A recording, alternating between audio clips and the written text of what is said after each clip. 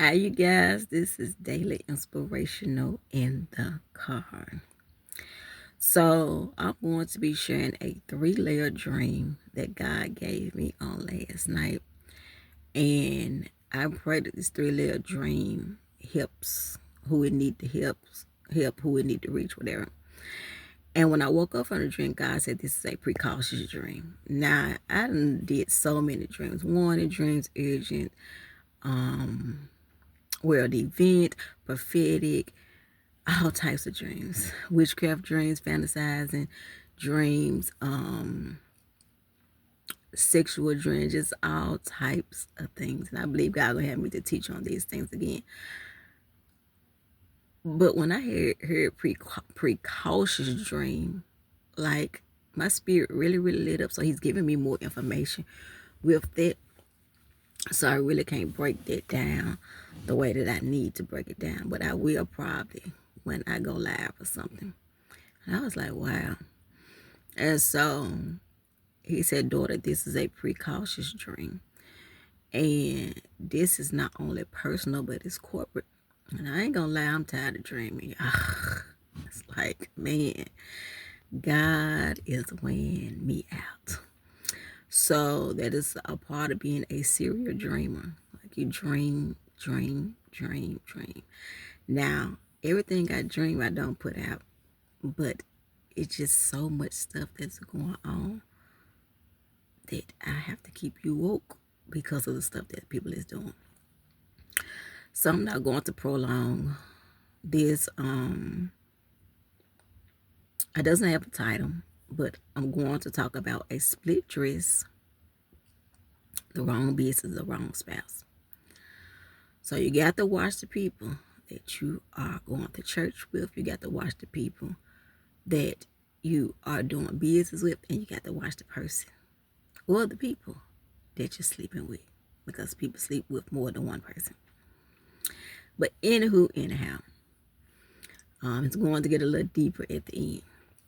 However, the first dream, we was like at an event or something. It was like a conference. This woman had on this pretty suede red dress. Oh my God, it was so beautiful. It had diamonds and everything on it. And I couldn't make out her face. Her face was blurred. But I literally saw somebody's hand with a razor cutting her dress. And I'm the prepared one in my family. Anything you need, I got it. I don't care if it's in my purse. I don't care if it's in my storage. I don't care if it's in my house. If you call me and say, you got an iron? Yeah, I got an iron. I don't even iron. That's how prepared I be for people. They call and say, well, you got this, you got that. Yeah, and I don't even use it. But I always have it stashed. So the person came to me and said, what happened to my dress? I don't know what, it just seemed like it split. I said, no, it didn't split. Somebody cut it up. But guess what? I got some stockings in my purse. So you put these stockings on and go up there and preach the word. And it was like, girl, you are a life saver. So I want to stick a pin right there. One time, a person was going through something, and they was actually sick. And they was telling me, they was saying, well, you know, I left this at home. I left that at home. You know, I'm just not feeling good. So I said, well, I got something in my purse. I gave it to them.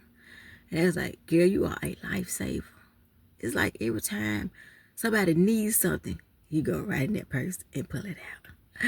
So back to the message. I pulled those stockings out the purse because that word needed to be preached.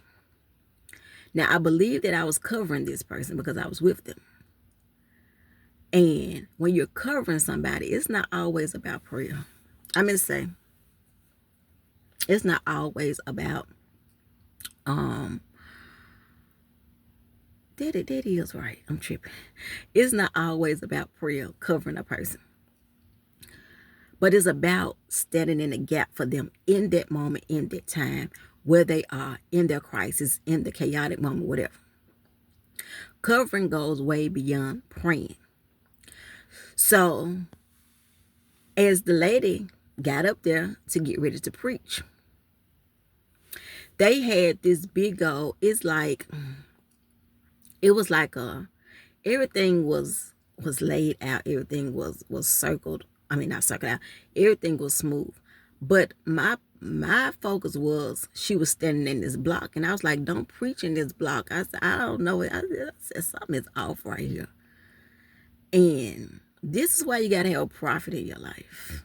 This is exactly why, because we see stuff that you don't see. I see stuff that other people don't see. So they be like, well, how you find that? And that's been in my face for 2 years. How did you get that?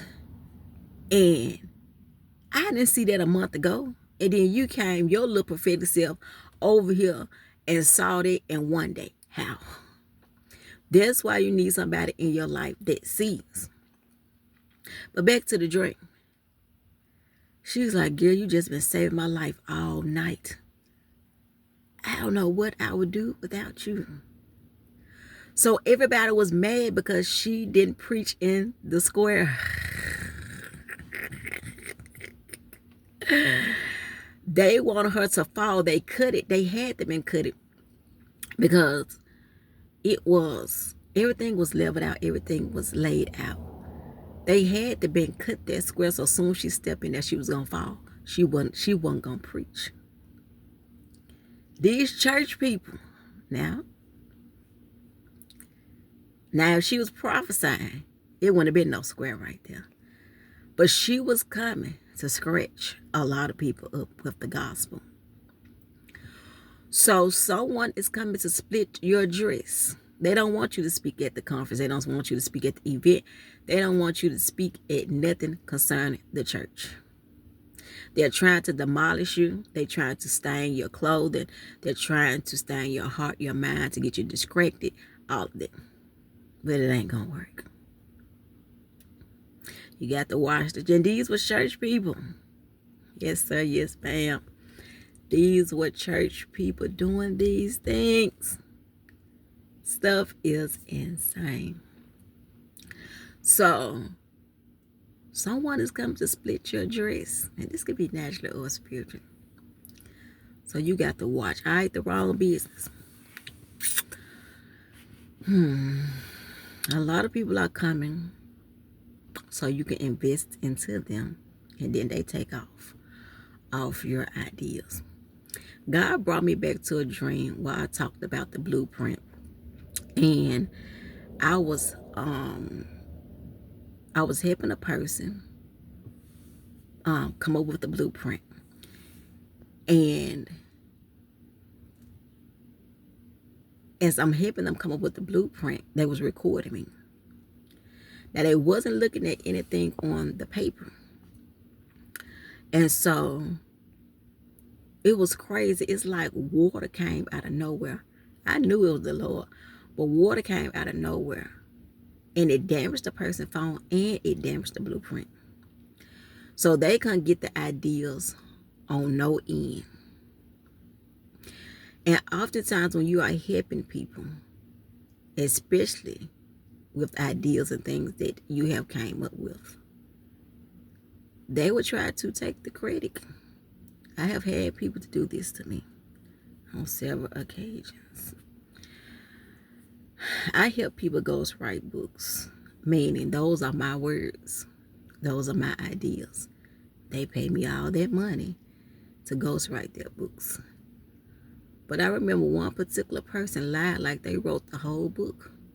And girl, you didn't write that whole book. I wrote that whole book. Not one book, but two books. Came up with every title, every detail, every idea, every book cover, everything. But she lied to people and said that she wrote the book. But I really didn't care because, she paid me my money. But still, the reason why I am sharing this because people will come so you can invest into them. And then they gonna lie and say, oh, I did this without even giving you credit at all. And that's not cool. So when you're putting your hard work, make people pay for this stuff. Don't be giving out creative ideas for free. Don't be giving out strategies for free. What? No. you need to make them pay for these things. And then they can go lie all they want, and you got the money. They can go lie and say whatever they need to say all they want. Anyhow, this person was coming to try to get me to go into business with them. I'm not big by doing that. Collaborating with people. I'm not big by doing that. I have my own stuff. Been operating out of it for years. By myself, seasonal. And so I am a part-time entrepreneurship. I'm not a full-time entrepreneurship because of all the stuff that I do. However, this person tried to get me to collaborate with them. And I literally heard the Lord say wrong opportunity. I heard it. And I was like, no, I can't collaborate with you. That's just not the season that I'm in. God got me doing a lot of things by myself. And so, oftentimes when God have you to do a lot of things by yourself, He's actually growing you up to be a midwife. That's what I am in the spiritual realm. And so I help pull destiny out of people. I help pull books and business and hype them up and make sure they have everything that they need so they can get to the next level. I'm all about leveling up. If you're in my circle, you're going to have to get active. I need you to be leveled up more than me. I'm not a hater. I need you to have more tables than me. I need you to have more money than me. I need you to have more spunk than me. Although I'm helping you get there, at some point, something in me should spark something in you to say, I want greater, I want better. I see what this girl is operating with. I see the motion that she got going on. I need to level up too. That's the type of person that I am. So the person got mad when I didn't collaborate with them. Now people will come and try to collaborate with you for two things. One, you probably be famous on social media. I ain't near about that in no circumstances. I ain't trying to be. I'm very unpopular on social media. Or it can be that they see, oh, this person get a lot of clients. So if these people are loyal to them, then I know that they got what it is and what it takes to get these people to where they need to go. So people can be looking at those things. I don't broadcast stuff that I do. The stuff that you see is the stuff that I operate out of seasonal. I do it every year. Couch therapy, August. I scribe in December, and I do the cleaning business in the summertime, or God switching and do it in the springtime. So 2 of my seasons is coming up. And so I'm getting ready to do a lot of great things with those. And that's why I'm posting here about these things. However, there is stuff that I do that I would never talk about, that would never make social media. But it doesn't mean that I'm not moving and shaking, and it doesn't mean that I don't have any more emotion. I'm just covering with what Lord have mercy, what I'm doing seasonal, and covering what I got in full. And nobody knows about it. They don't know anything. It's layers over it. They don't know what it is that I'm doing. So they saying, man, how's she doing this? How's she doing that? And where's the money coming from? How's she maintaining this? They got a lot of questions because they're trying to see how she keep leveling up. They are confused because, again, I'm not the one that broadcasts everything. So I don't expect a person to come to me on social media and say, well, can I book you, or can I do business with you? Because I don't broadcast those things. I was known before getting on social media. People booking me for speaking engagements and all that stuff, and my business, that stuff. I got loyal clientele in those areas. So when I get on social media, that is to hype people up and to share my testimony. And it always worked. When I share my testimony, somebody end up buying a book, somebody end up booking a session, somebody end up saying, man, I need help writing this book. It happens all the time. So people are coming with the wrong business, and they're going to try to get you to invest into them in any type of way. All right. Wrong spouse. This is about to get a little deeper. So it was this couple that was engaged, and that was getting ready to get married or whatever. But the thing is, they were shacking, and they was living together as fiancés. And that is not what you're supposed to do. If you and this person is getting married, or y'all count down to get married, you're supposed to stay in your own separate home until y'all come together as one, and then you move in together. And so this is what triggered me. And I'm going to talk more about this because I got more notes concerning this, because I'm going to go into a deeper realm. But I tell people all the time, please come with your own.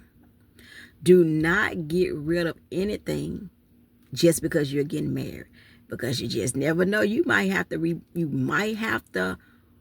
reverse, go back to what it used to be. But they was laying in the bed, and they was talking, I guess, about the marriage and all that stuff, and get married or whatever. So the dream switched, and the guy ended up cheating on the fiance. And he put her out of their home. That means they had got married, because it was, this house was big. The dream switched, they had got married and all that. He put her out of their home, and she had nowhere to go.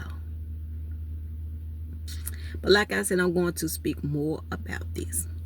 Now, if you are engaged, I'm not telling you what to do. You're grown. But when you are engaged to someone and you're shacking, that means that you're not really keeping your body. You're not keeping your body until marriage. So you still humping on each other. So what's going to be exciting about the honeymoon, and what's going to be exciting about your big day, and y'all ain't practicing self-discipline and practicing abstaining and all of that. So when you're shacking, that gives the enemy leeway to bring in other spouses. I talked about this was shifting in time, that where it was deep. So they're bringing in spiritual spouses, spiritual wives, spiritual husbands. I got a poem about that. Watch how they are coming. So those things are really creeping into the marriage, because people are doing it the wrong way. That's why you're dealing with so many lustful demons. That's why you're dealing with so many sexual demons. That's why you're dealing with so many different things in the bedroom, because you still shacking and still doing things the wrong way. But like I said, this can cause, you could have started off pure, but this can cause a contamination, and you end up with the wrong spouse spiritually. Not naturally, spiritually. But like I said, it's going to get deeper. I'm going to break it down a little deeper. Anyhow, come with your own. Never give up your vehicle. Never give up your house, especially if it's paid for. Never give up nothing. Always have emergency funds, because you just never know when a Negro is going to flip out. And I'm telling you right now, I ain't never getting caught off guard with nobody. Nobody. I don't care who it is. News flash. I ain't never getting caught off guard, but you will get caught by God. Not clock that T. So I would never get caught off guard. Never. I'm always in preparation. So I can see now, as I broke this dream down, why the Lord said this is a precautious dream. So grace and peace to you all. When God releases me again, I'll be sure to do the will of the Father. I pray that this wake you up, whoever this dream may be for. Watch the people in the church. Watch the people that you're doing business with, and most certainly watch the people that you're sleeping with. Y'all be blessed.